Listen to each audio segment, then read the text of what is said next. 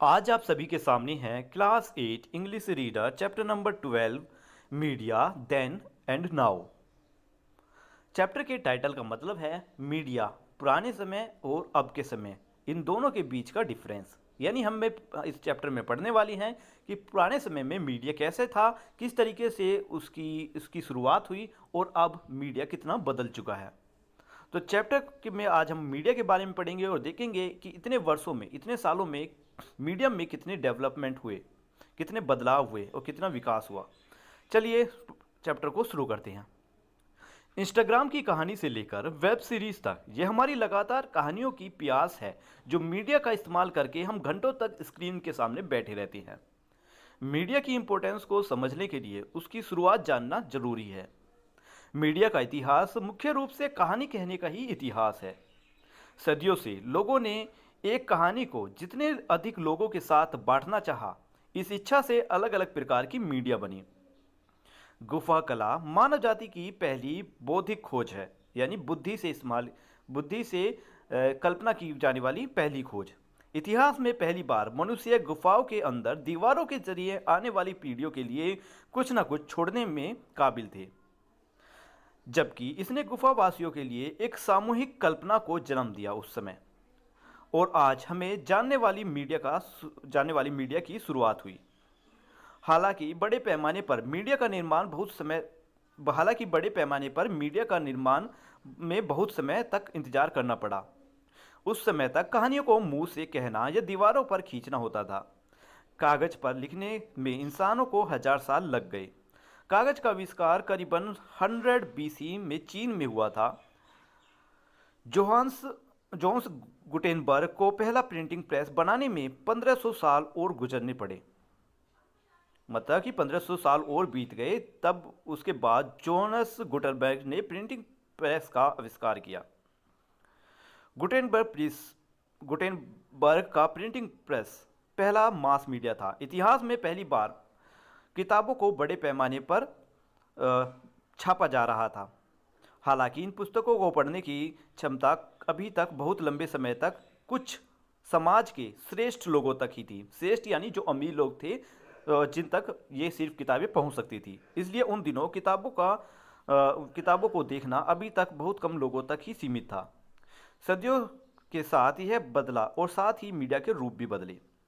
17वीं शताब्दी की शुरुआत में पहला न्यूज़पेपर सामने आया। हालांकि पढ़ाई लिखाई की कमी के कारण पढ़ने लोगों की संख्या बहुत कम थी। जैसे ही और लोग पढ़ना और लिखना सीखने लगे, मास मीडिया की पहुंच भी बढ़ गई। हाथ से लिखे हुए न्यूज़पेपर जो 1566 में ही वेनिस में पॉपुलर थे, मॉडर्न न्यूज़पेपर के पूर्वज कहलाते हैं।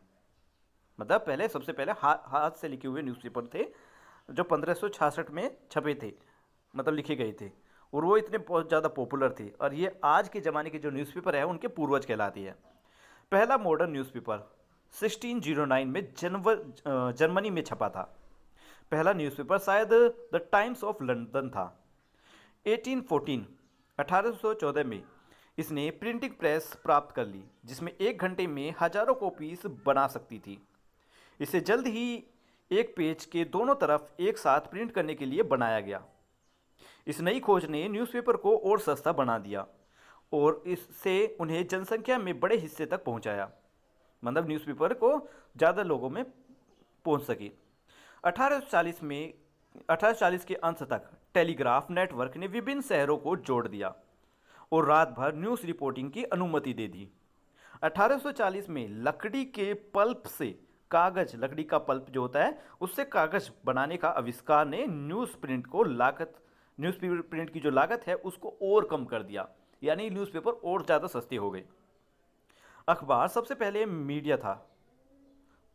ठीक है, अखबार सबसे पहला मीडिया था जिसकी बहुत बड़ी और फैली हुए दर्शक थे। लोयल दर्शक मतलब वफादार दर्शक थे। सभी लोग अखबार को प्राप्त करना चाहते थे। लोग सुबह को जल्दी से ताज़ा कॉपी हाथ में पाने के लिए उत्सुक रहते थे। उन्हें दुनिया की नई खबरें पढ़ने का इंतजार होता था।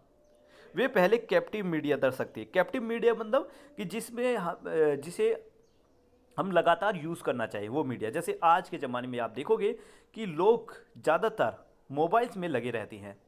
अगर वो कुछ काम भी कर रहे हो, खाना भी खा रहे हो, तब भी वो उन्हें हाथ में फ़ोन रहता है। यानी एक कैसे आदत डाली है लोगों ने। तो इसी को कैप्टिव मीडिया कहती हैं। तो उस समय अखबार, ये न्यूज़पेपर ही कैप्टिव मीडिया थी। लोगों को इन्हें पढ़ने में बहुत ज़्यादा उत्सुक रहते थे और इन्हीं में लगे रहते थे पढ़ने में, और न्यूज़ के आदी थे। अगला अगला बड़ा बदलाव यह था कि न्यूज़पेपर में फोटोग्राफ का इस्तेमाल होना शुरू हुआ।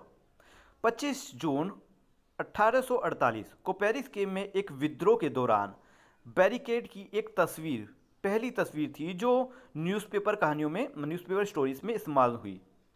शुरुआत शुरुआती सालों में तस्वीर बस समाचार कहानी को बेहतर बनाने के लिए इस्तेमाल होती थी। उस समय कोई एक ऐसी तस्वीर नहीं थी जैसे कि आज के समय में आम होती है, मतलब कि हाथ से बनाई हुई तस्वीर होती थी। इसलिए फोटोग्राफ उस समय बहुत ही फोटोग्राफी में उस समय बहुत ज़्यादा मेहनत करनी पड़ती थी। एक अच्छे फ़ोटो को कैप्चर करने और उसे डेवलप करने में बहुत ज़्यादा समय लगता था।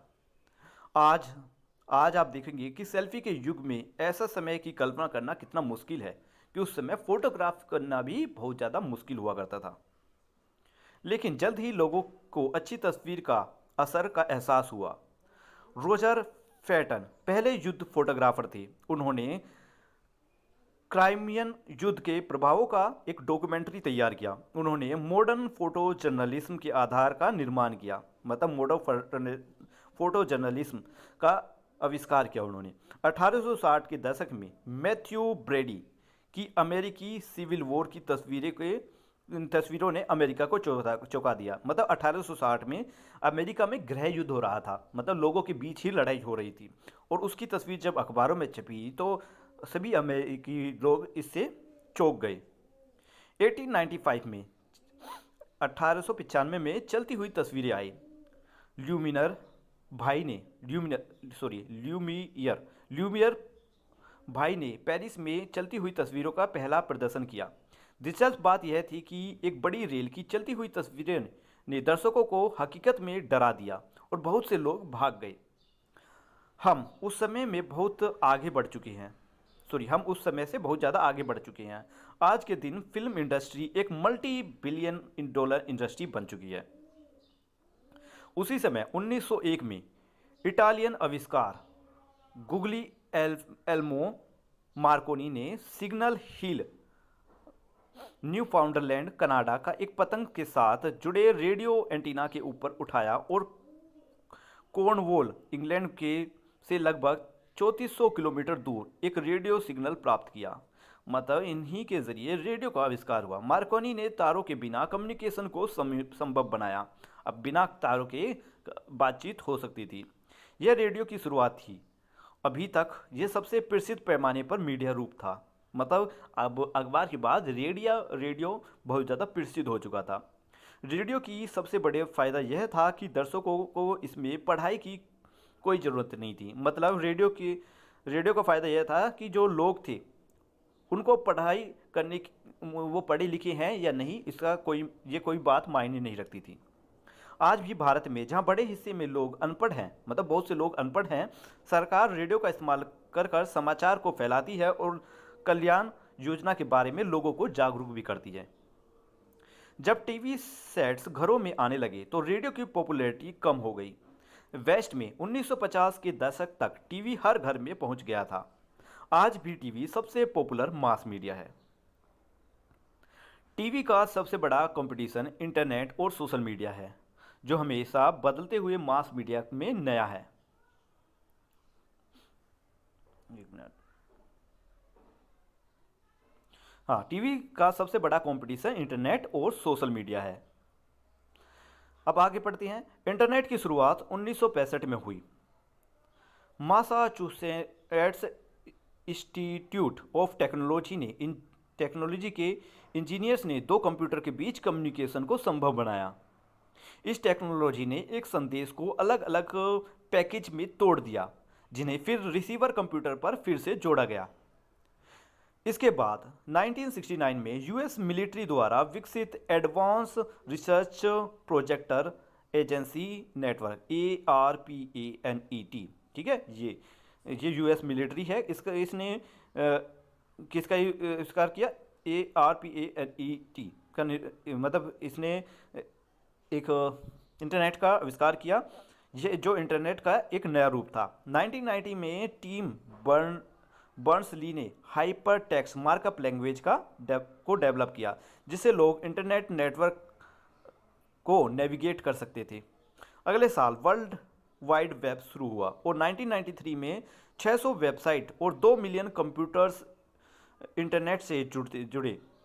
मतलब जब वर्ल्ड वाइड वेब शुरू हुआ तो 1993 में 600 वेबसाइट और 2 मिलियन कंप्यूटर इंटरनेट से जुड़े थे।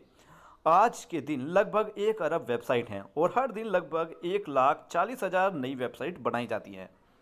इसके बाद इंटरनेट ने सोशल मीडिया का जन्म दिया, जो तब से दुनिया में अब तक धमाल मचा रहा है। सोशल मीडिया जैसे फेसबुक, इंस्टाग्राम, ये सब चीज़ें। सोशल मीडिया आज मीडिया का सबसे नया और यकीनन सबसे प्रभावशाली रूप है। मीडिया के इस रूप की ज़बरदस्त वृद्धि इंटरनेट को बढ़ती पॉपुलैरिटी के साथ हुई है। जैसे जैसे इंटरनेट पॉपुलर हुआ वैसे वैसे सोशल मीडिया भी पॉपुलर होता चला गया। ट्रेडिशनल मीडिया जो आमतौर पर कुछ शक्तिशाली लोगों द्वारा कंट्रोल होता है, वहीं इंटरनेट बहुत अधिक डेमोक्रेटिक है। मतलब ट्रेडिशनल मीडिया जो अखबार वगैरह या पुराने समय में जो चलते थे, वो जो पॉपुलर लोग थे या जो अमीर लोग थे सिर्फ उनको ही वही लोग इनको इस्तेमाल कर सकते थे। लेकिन अब इंटरनेट जो कि डेमोक्रेटिक है, उसे दूसरे लोग भी इस्तेमाल कर सकती हैं। इसकी पॉपुलैरिटी का एक मुख्य कारण मीडिया के को लोग से लोग मतलब मीडिया के लोगों का लोगों से नेचर है। मतलब कहने का मतलब है कि यहाँ कि यह मीडिया लोगों को एक दूसरे के साथ जोड़ देता है। सोशल मीडिया पर हम एक इंसान दूसरे इंसान के साथ जुड़ जाता है, इसकी वजह से ये ज़्यादा पॉपुलर है।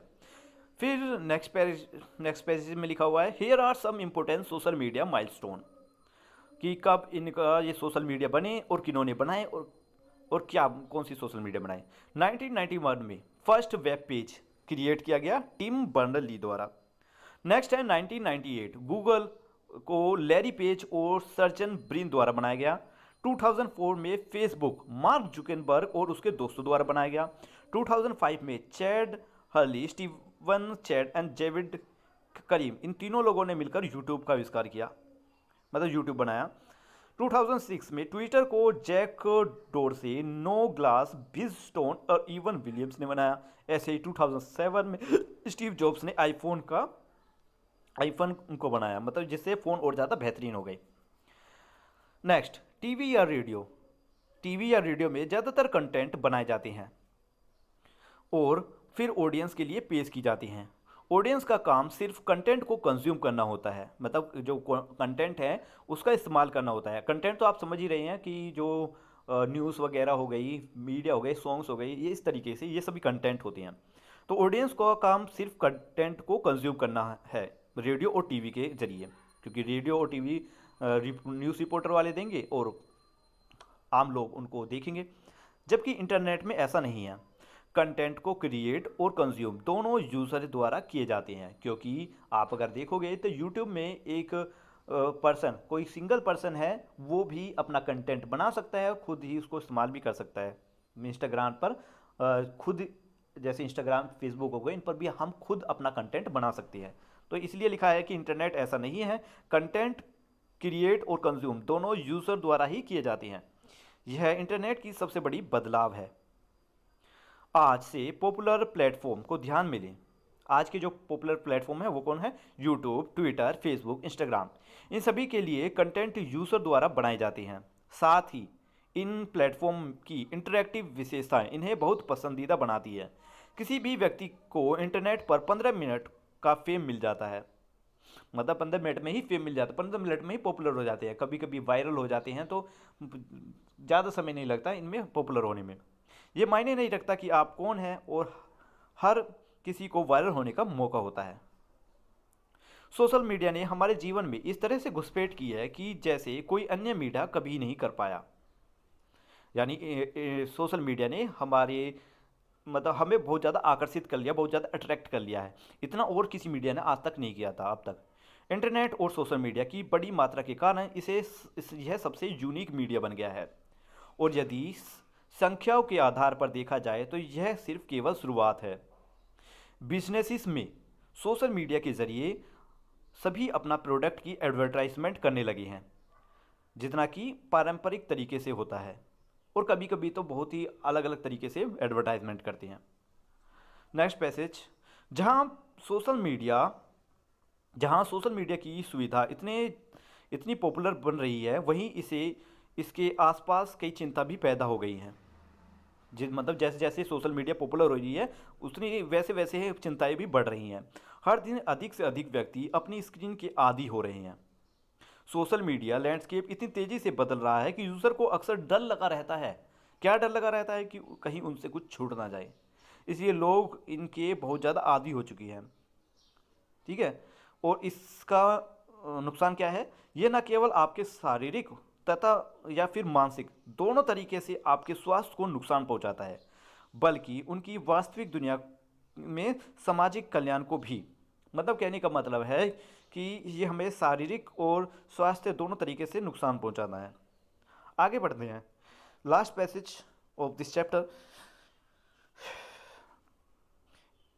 एक समाज के रूप में हमें यह महसूस करना चाहिए, मतलब एक समाज के रूप में कहने का मतलब है कि एक समाज का हिस्से के रूप में, कि हम समाज का ही तो हिस्सा हैं, कि हमें यह महसूस करना चाहिए कि हालांकि सोशल मीडिया संचार और बातचीत के लिए एक बहुत अच्छा टूल है, लेकिन दिन के अंत में हमें इस वास्तविक दुनिया की जगह नहीं ले देनी चाहिए। मतलब कि हमें अपने रियल वर्ल्ड से दूर नहीं रहना चाहिए, कि हम इसमें इतने ना ढल जाएं कि हम अपनी रियल वर्ल्ड से दूर हो जाएं।